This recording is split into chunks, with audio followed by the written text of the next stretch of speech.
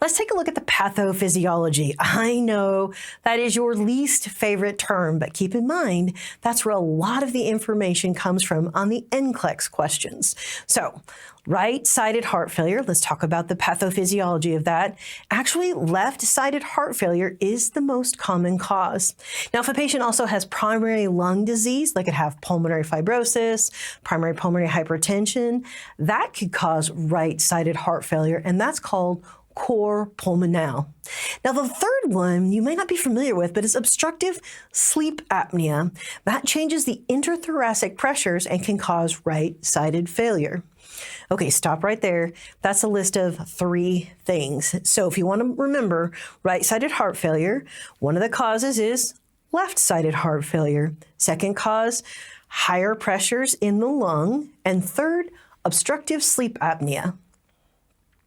Now let's talk about the left-sided heart failure, something that's damaged that ventricle, and it could be a myocardial infarction because a myocardial infarction causes dead tissue.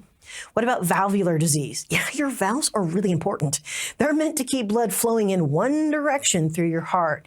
If they are stiff, they don't close, they've got vegetation growing on them, then blood can back up in other areas. So MI or valvular disease definitely cause an impaired function of your heart. Finally, ischemic heart disease. That means if your heart tissue has had ischemia, you've had hits, it's not doing well, it's been damaged. So really, left-sided failure is what goes after that left ventricle, or the blood flow through the heart due to valvular disease. So when I'm thinking through these, how am I going to remember? Left-sided heart failure, tissue damage, myocardial infarction, ischemic heart disease, or valves not working well due to valvular disease.